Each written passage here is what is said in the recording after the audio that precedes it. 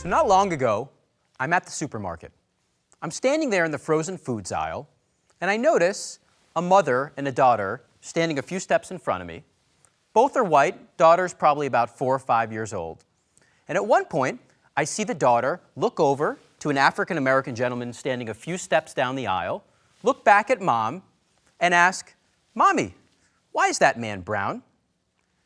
What was interesting was Mom's reaction to this, which was, and she took her daughter's arm and briskly walked her to the next aisle. Now, this was an odd reaction to what seemed to me to be a relatively harmless question, but it got me thinking about how is it that diversity changes the way that people behave. And to begin understanding this in a more controlled setting, my collaborators and I gave people the following process of elimination game. Guess who? If you're in this game, you're sitting in front of this array of photographs, and what you're told is to use the fewest number of yes-no questions you can to figure out the single photo your partner is holding.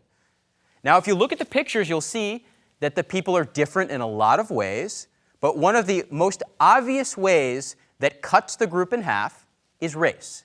Half the people are white, and half the people are black. That means that asking, "Is the person black?" would immediately reduce the array to half its size.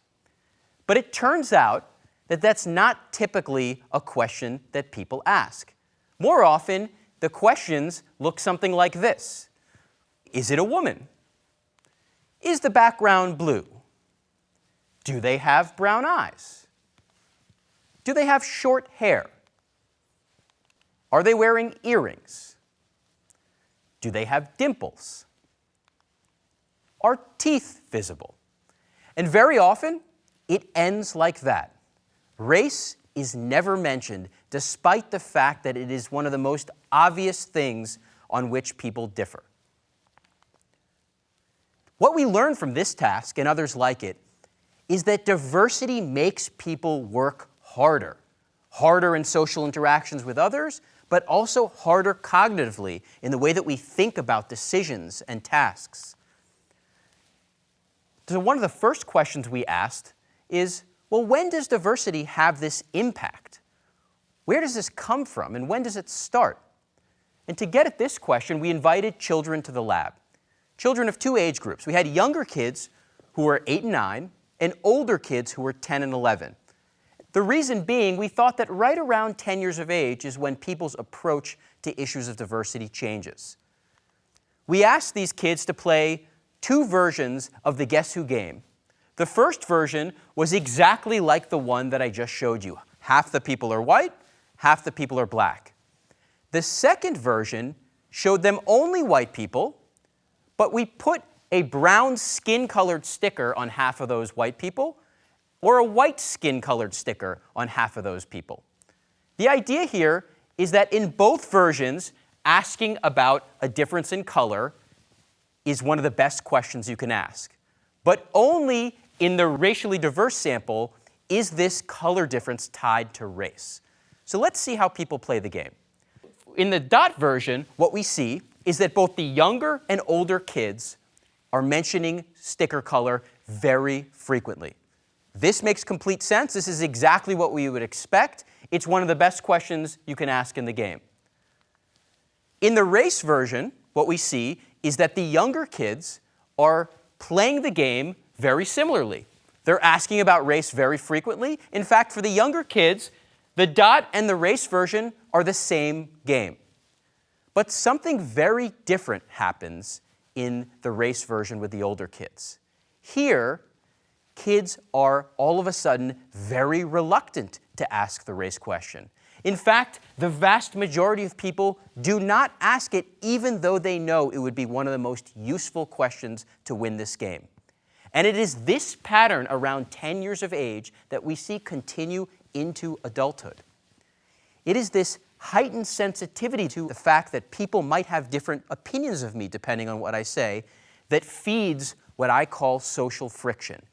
This tendency to work harder socially and cognitively because we think that people might have different knowledge or different perspectives or different information. And the question becomes, can this social friction actually be advantageous? And to answer this question, we looked at some of the most important decision-making contexts at which this may be the case, from how people cooperate and deliberate to how people conform and compete. So one of the most revealing studies that speaks to the effect of diversity and social friction on cooperative tasks is one that took teams of 3 people and asked them to complete a murder mystery exercise. In this exercise, each of 3 people on a team get certain clues to solve a mystery. And the teams that do the best have rich discussions that pull out on the table all of the clues that each person has, and then it becomes clear which of a list of suspects should be arrested for the crime. Now, when we look at the results, it turns out that when we run this experiment in either a diverse or a group of similar others, the diverse groups in actuality are outperforming the groups of similar others. They're much more likely to identify the correct suspect. But when we ask them, how confident are you that you identified the correct suspect? It's actually the people in the homogeneous groups who are more likely to say that I nailed it, even though in reality they have performed far worse than the individuals in the diverse groups. For these groups of similar others, what we learn is that perception does not equal reality. In these homogeneous settings, people are confident regardless of how well that they've done. What about the process through which people deliberate? One of the most revealing, naturally occurring ways to study this is juror deliberations. And one study did just this. They took 6-person juries from a real Michigan jury pool. Now, these 6-person juries were either all white, homogeneous groups, or racially diverse groups that had some white and some black people. They presented all the groups with the same trial, and they videotaped them while they were deliberating over it. Now, what they find is that in general, the diverse juries are far more rigorous in how they approach this decision. What do I mean by that? For example, they take longer in their deliberations. They review a wider range of perspectives relevant to the case. They even make fewer factual errors when recounting facts of the case. But what I think is even more important and interesting than the fact that diverse juries are outperforming the homogeneous ones is why. Because it's not for the reason that most people think diversity is beneficial. That is, that people from different backgrounds bring different perspectives. In fact, the reason the diverse groups are doing better is because the white people on diverse groups are all of a sudden being more careful and more complex in how they think and discuss the case. This changes how we think about diversity in a very fundamental way, that diversity is important. It has a systemic benefit for everyone in that group.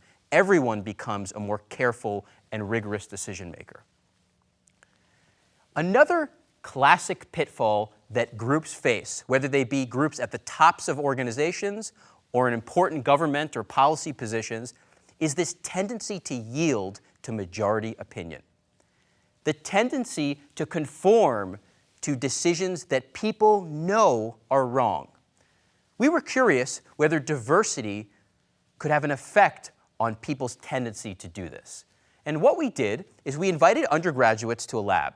We had them sit at a conference room table with 3 other people, and we told them we would like their opinion about which of 2 college applications was stronger. So for all these 4 individuals, we presented side by side 2 applications, one that we deliberately designed to be much stronger than the other. Now, what participants didn't know is that the 3 other individuals sitting at the table with them were actually working for us. Their job was first to act natural, and second, to state what they knew was the wrong opinion every time. So they always said the weaker applicant was the one who should be admitted. And what we wanted to know was, do participants follow suit?